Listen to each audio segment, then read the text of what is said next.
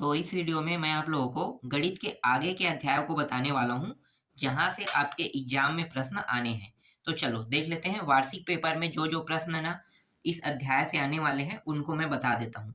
आप इन प्रश्नों की अच्छे से प्रैक्टिस कर लेना, ठीक है? यही सब प्रश्न आपको एग्जाम में देखने को मिलेगा।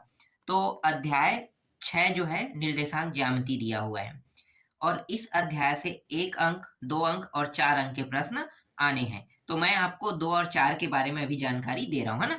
तो 2 और 4 के में कौन-कौन से प्रश्न जो है वो आ सकते हैं, उनको मैं आपको टिक लगा देता हूँ और इन प्रश्नों को आपको बना के देखना है। जितना हो सके उतना प्रैक्टिस करना है। आप अध्याय जो बुक है ना उनको छोड़ सकते हो, लेकिन मैं जो प्रश्न बता रहा हूँ उनको आप नहीं छोड़ सकते, क्योंकि यही सभी प्रश्न आपको एग्जाम में देखने को मिलेगा और जैसा मैं बता रहा हूँ वैसा ही एग्जाम में आएगा। तो आपको उसी हिसाब से तैयारी करना है जैसे मैं बता रहा हूँ, ठीक है? कहीं से अगर 2 अंक का प्रश्न आता है तो आपको 2 अंक का देखना है, 4 अंक का नहीं देखना है। अगर वहां से 2 4 का भी आ रहा है तो 2 अंक और 4 अंक का देखना है। लेकिन वहां पे अगर सिर्फ और सिर्फ 4 अंक आ रहा है तो छोटे प्रश्नों को आपको नहीं देखना है।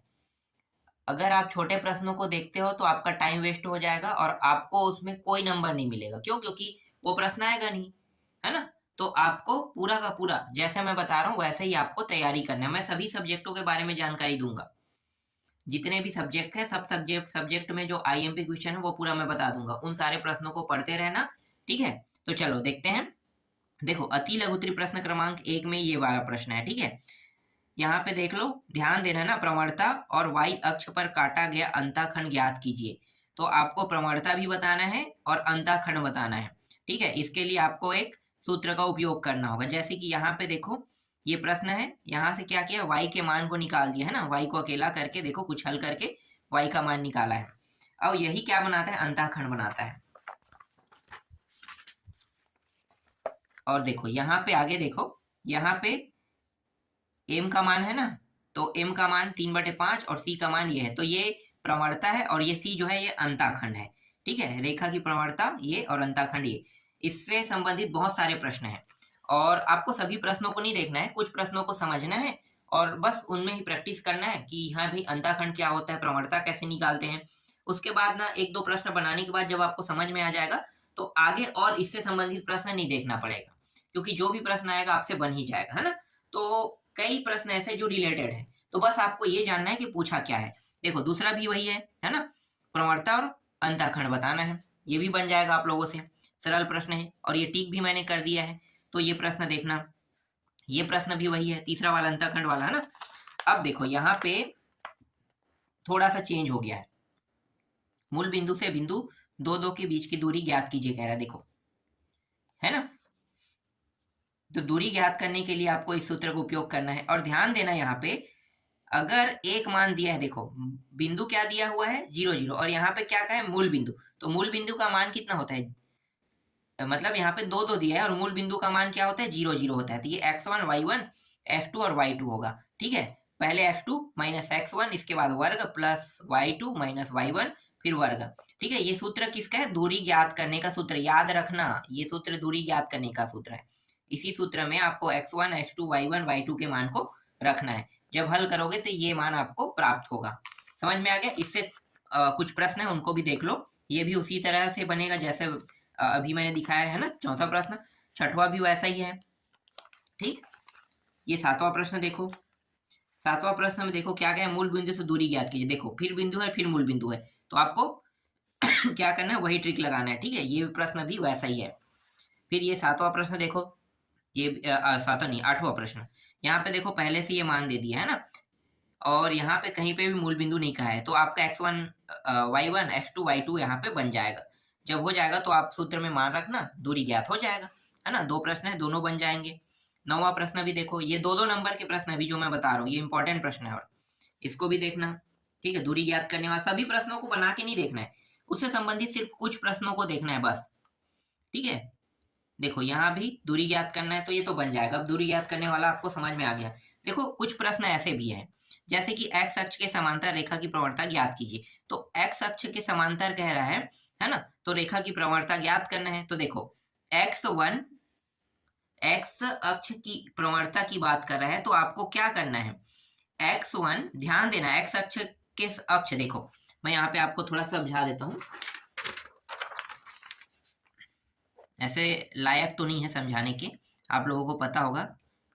देखो ये एक्स अक्ष कह रहे हैं, मतलब जो भी मान रहेगा जीरो नहीं होगा, है ना। लेकिन वाई का मान क्या होगा, एक्स अक्ष बोला है, इसका मतलब वाई का मान हर कंडीशन में सिर्फ जीरो होगा।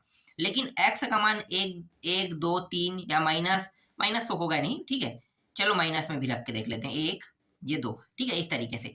तो एक्स का मान ना चाहे एक से लेके अनंत तक जा सकता है और यहाँ से -1 से लेके भी अनंत तक, लेकिन y का मान हमेशा क्या रहेगा, जीरो। समझ में आ गया। इसीलिए यहाँ पे आगे में x1 और यहाँ पे x2 रखा है। तो देखो y2 और y1 का मान प्रवणता जब ज्ञात करेंगे तो इसके मान कितना आ गया, जीरो आ गया। समझ में आया। इसी तरीके से प्रश्न को बनाया जाता है, ठीक है। ये प्रश्न भी देखो इंपॉर्टेंट है। चलो मैं फटाफट सारे प्रश्नों को बताते जाता हूँ, ठीक है। ये प्रश्न भी इंपॉर्टेंट है, 12वां देख लो, है ना। अंतःखंड y अक्ष वाला वही है, बन जाएगा, ठीक है। ये प्रवणता से संबंधित वाला प्रश्न है। यहाँ पे देखो y अक्ष के समांतर कह रहा है, तो x अक्ष क्या होगा, जीरो होगा, सीधी सी बात है ना। और जीरो और ऊपर का मान ये है, जीरो से अगर किसी संख्या को भाग करो इन्फिनिटी प्राप्त होता है, मतलब अपरिभाषित कहते हैं उसे। इसके बाद देखो ये भी इंपॉर्टेंट है। ये सारे प्रश्न जो मैं अभी बता रहा हूँ इनकी प्रैक्टिस करते जाना, ठीक है। ये भी इंपॉर्टेंट है। 16वां प्रश्न देखो, ये भी इंपॉर्टेंट है। 17वां भी इंपॉर्टेंट है, ठीक है। जितना प्रश्न मैं आपको दिखाते जा रहा हूँ सबको आपको फटाफट क्या करना है, टिक करना है।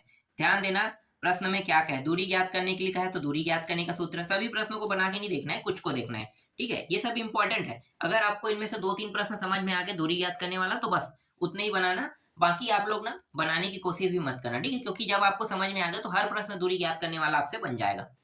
इसके बाद देखो ये जो प्रश्न है इसको देख लेते हैं। क्या क्या समीकरण है जिसकी प्रवणता इतनी है और बिंदु ये दिया हुआ है ना। तो चलो दिखाता हूं मैं आपको। ये भी छोटा प्रश्न है, 2 नंबर का ही है, ठीक है। ये इंपॉर्टेंट है और 2018 में ये 4 नंबर में आया था, तो हो सकता है 4 नंबर में भी आ सकता है ना। इसी तरीके से ये वाला प्रश्न भी इंपॉर्टेंट है, इसको भी देख लो।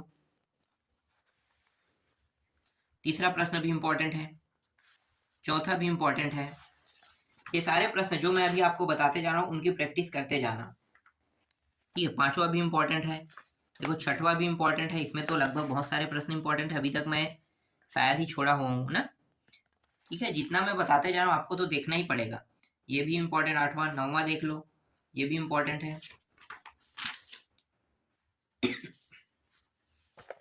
10वां प्रश्न भी इंपॉर्टेंट है और 11वां प्रश्न भी इंपॉर्टेंट है। अब एक चीज मैं बता देता हूँ, मतलब एक बात मैं बता देता हूँ कि अध्याय जो 6 है और अध्याय 7 है, दोनों अध्याय मिला के ना आपको देखने को मिलेगा 1 नंबर, 2 नंबर और 4 नंबर के प्रश्न, ठीक है। तो अगर आप इस अध्याय 6 से 4 नंबर के प्रश्न नहीं बना पा रहे हैं, 4 नंबर का प्रश्न नहीं बना पा रहे हैं, तो आपको ना अध्याय 7 से 4 नंबर का प्रश्न देखने को मिलेगा ही मिलेगा। हर साल वो प्रश्न आता ही है, ठीक है, हर साल आता है। तो अध्याय 4 से आपको प्रश्न देखने को मिलेगा। तो अगर आप दीर्घ उत्तरी में निर्देशांक ज्यामिति के प्रश्न को छोड़ देते हैं, 4 नंबर वाला, 2 नंबर को तो आपको देखना ही है, क्योंकि 2 नंबर का प्रश्न वहीं से आएगा, निर्देशांक ज्यामिति से, ठीक है। लेकिन आलेख से ना 4 नंबर के प्रश्न फिक्स है। तो यहाँ पे मैं जो प्रश्न बताऊंगा उनको आपको टिक कर लेना, ठीक है। ये प्रश्न इंपॉर्टेंट है, 2020-22 में आए, हो सकता है 2024 में भी आ जाए, ठीक। तो देख लो ये प्रश्न है, यहाँ पे ये नंबर देख सकते हो। इसको इस तरीके से क्या करना है, ग्राफ बनाना है, ठीक है। और यहाँ पे आपको मतलब जैसा यहाँ पे है वैसा ही करना है। 4 नंबर का प्रश्न है और इसके बारे में हो सके तो थोड़ा बहुत लिख देना, ठीक है। नहीं लिखोगे तो भी कोई दिक्कत नहीं है, जो पूछा है वो तो आपके पास मतलब आपको पता रहेगा, ठीक है। ये है और इसके हिसाब से ये पैमाना मान के, देखो पैमाना मान के बनाया गया है ना। तो इसी तरीके से पैमाना मान के बनाना है। दूसरा हो गया। तीसरा देखो ये प्रश्न भी इंपॉर्टेंट है, ये इस तरीके से ग्राफ रेखा बनेगा। चौथा देखो, चौथा भी इंपॉर्टेंट है, इसका ग्राफ रेखा कुछ इस प्रकार से बनेगा। 5वां देखो, 5वां ये रहा, ये भी इंपॉर्टेंट है, ठीक है। इसका ग्राफ रेखा कुछ इस प्रकार से बनेगा। और इसमें ज्यादा प्रश्न नहीं है, 6-7 प्रश्न है। ये 6वां प्रश्न है, ठीक है। ये प्रश्न भी देख लो, ये ऐसा ग्राफ है ना। 7वां प्रश्न भी इंपॉर्टेंट है और एक प्रश्न है, ये ग्राफ रेखा ऐसा कुछ बनेगा। और ये 8वां प्रश्न है, ठीक है। और इसका ग्राफ रेखा कुछ इस प्रकार से बनेगा। तो ये सारे प्रश्न जो 8 प्रश्न है ना, इनको प्रैक्टिस कर लेना। इन्हीं में से कोई एक प्रश्न आपको 4 नंबर में देखने को मिलेगा। अगर आप चाहते हो कि निर्देशांक ज्यामिति को नहीं पढ़ना तो मत पढ़ना। निर्देशांक ज्यामिति अगर आपको कठिन लग रहा है, ठीक है, ग्राफ वाला अगर कठिन, ग्राफ बस तो बनाना है यार, इसमें कुछ खास तो नहीं है ना, तो 4 नंबर आपको आसानी से मिल जाएगा। पैमाना मानना है, ग्राफ बनाना है, ठीक है। अब अध्याय 8 देखते हैं। अध्याय 8 से 1 अंक और 5 अंक के प्रश्न आएगा। यह अध्याय अकेला है ना, अध्याय 8 जो है वो अकेला अध्याय है, तो इस अध्याय से 5 अंक के प्रश्न आना है। तो बड़े बड़े प्रश्न देखते हैं। अब मैं यहाँ पे एक चीज बता देता हूँ, ठीक है। इस प्रश्न में एक शब्द है सावधि और एक है आवर्ती, ठीक है। एक शब्द आवर्ती और एक शब्द सावधि है। तो आपको मैं बता देता हूं कि सावधि और आवर्ती से ही प्रश्न आपके एग्जाम में दोनों में से देखने को मिलेगा। एक और है जो बहुत टफ है ना, लेकिन आपको प्रैक्टिस करना है। सावधि क्या होता है और आवर्ती क्या होता है, ये बस जानना है आपको। देखो मैं आपको दिखाता हूं प्रश्न, देखो ये प्रश्न सावधि से है, ठीक है, सावधि वाला। तो सावधि वाले के लिए आपको सूत्र लगाना, ध्यान देना पूरे प्रश्न में। जब आप पूरा प्रश्न पढ़ोगे ना, तो आपको कहीं पे भी सावधि लिखा मिल जाए या कहीं आवर्ती लिख जाए, है ना, तो सावधि जब लिखा रहेगा तो सावधि के लिए आपको ये सूत्र लगाना है। देखो ये मिश्र धन का सूत्र, ए मतलब मिश्र धन, है ना, तो मिश्र धन का सूत्र है पी, मूलधन बोलते हैं इसे, आर दर को दर्शाते हैं, एन समय को दर्शाते हैं, ठीक है। यहाँ पे देख लो, यहाँ पे पूरा बताया है। तो आपको क्या करना है, ये मिश्र धन वाला जो ये सूत्र है ना, इसी सूत्र का उपयोग आपको करना है। सिर्फ इस सूत्र को उपयोग करोगे और हल करोगे तो सावधि जमा खाता निकल जाएगा, मतलब आपका सावधि जमा खाता से प्रश्न बन जाएगा। समझ में आया, ठीक। देखो यहाँ पे आवर्ती बोला है, आवर्ती के लिए सूत्र अलग रहेगा, ठीक है। पूरे प्रश्न को मैं आपको दिखा रहा हूं। आवर्ती के लिए आपको ये ब्याज वाला ये सूत्र लगाना है, ये सूत्र ध्यान देना, P गुणित R अपान 100 गुणित 1/12, है ना, n+1/2। और ध्यान देना यहाँ पे जो n का मान है ना वर्ष में दिया है, तो उसको माह में चेंज करना है आपको। जैसे 5 वर्ष, एक साल में कितना माह होता है, 12 महीना होता है ना, तो 12 माह, तो 5 गुणित 12 60 माह हो गया। तो यहाँ पे n का मान कितना आ गया 60, तो यहाँ पे 60 60 60, ठीक है। यही है थोड़ा सा डिफरेंस, और ये सबसे सरल प्रश्न मानता हूं मैं। अगर आवर्ती और सावधि जमा खाता से आपके एग्जाम में प्रश्न आता है ना, तो आप सबसे पहले ना आवर्ती के लिए हल करना, सावधि के लिए मत करना। सावधि का कैलकुलेशन बहुत लंबा जाता है, यहाँ पे आप फंस जाओगे। देखो यहाँ पे 21 गुणित 21 करोगे, टाइम वेस्ट होगा, है ना। यहाँ पे जो जो कटा उसको कटा दोगे, 2 2 फिर कट रहा है कटा दो, फिर इसको गुणा कर, इसके मान जो बचेगा उसको गुणा कर, फिर इसको गुणा करोगे। जबकि आवर्ती में ऐसा कुछ कंजट नहीं है, छोटा हो जाता है, बहुत मान बहुत छोटा हो जाता है। मैं आपको दिखाता हूँ आवर्ती और सावधि से, देख लो यहाँ पे देखो सब कट गया, ये 100 कट गया, 6 दूनी 12 कट गया, ये भी कट गया, छोटा हो गया। यहाँ पे देखो 1/2 बचा और 30 और 61, इसको तो आसानी से गुणा कर सकते हो ना, और देखो मान भी छोटा आया है, ठीक। इसके बाद आपको अगला स्टेप क्या करना है, देखो ये पहला स्टेप कंप्लीट हुआ, दूसरे स्टेप में मोहन को कुल कितने राशि प्राप्त हुआ, तो ये मूलधन गुणित एन, ठीक है, मूलधन गुणित एन जो 5 वर्ष से था ना, जिसको माह में हमने चेंज किया वो है, और प्लस ब्याज, जो ये जो ब्याज आए उनको जोड़ देना है। पहले इन दोनों को गुणा करना है, उनको जोड़ देना है, तो जोड़ोगे तो इतना मान आएगा, ठीक है। ये प्रश्न बना के देखना, दोनों देख लेना आवर्ती और सावधि से, और इन्हीं दोनों में से ही आपको प्रश्न देखने को मिलेगा, ठीक है। दोनों में से प्रश्न देखने को मिलेगा, दोनों को प्रैक्टिस करना है आपको, करना तो दोनों का है।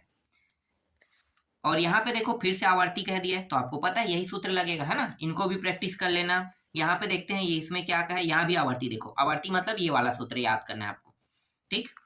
बना के देखना, ये सारे प्रश्न जो मैं अभी बता रहा हूँ, यहाँ पे क्या कह रहा है, यहाँ भी आवर्ती कह रहा है, ठीक है। ये भी प्रश्न बना के देखना, और ये आवर्ती कह रहा है, ये भी बन जाएगा आपसे, वही सूत्र है, ठीक है। कहीं पे देखो क्या लिखा है भाई, यहाँ पे देखो आवर्ती लिखा हुआ है, ये भी प्रश्न आपसे बन जाएगा, ठीक है। ये सारे प्रश्न आपको आसानी से आपके परीक्षा सार परीक्षा बोर्ड में मिल जाएगा। ये प्रश्न इंपॉर्टेंट है।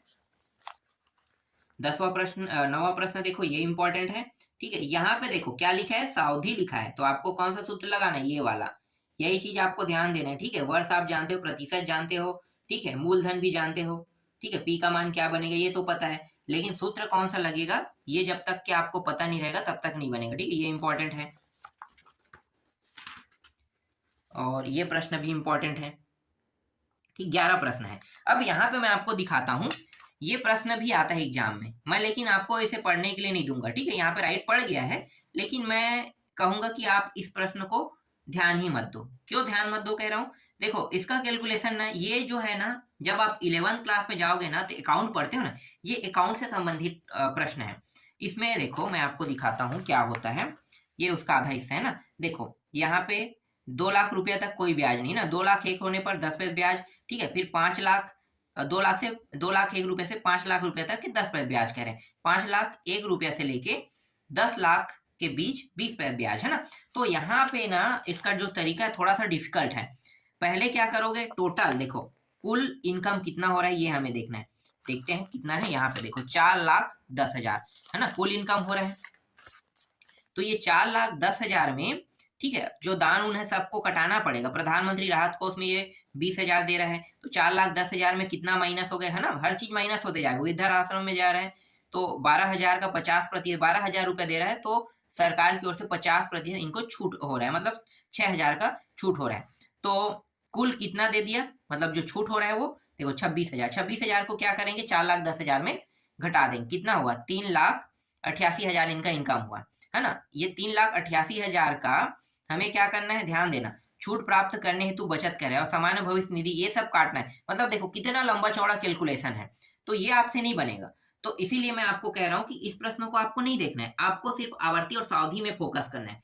देखो एक प्रश्न ये आएगा, मैं जानता हूँ फिक्स है आना, फिक्स है इसका आना, और दूसरा प्रश्न आएगा आपका आवर्ती या सावधि, दोनों में से एक आएगा, दोनों नहीं आएगा, या तो आवर्ती आएगा या तो सावधि।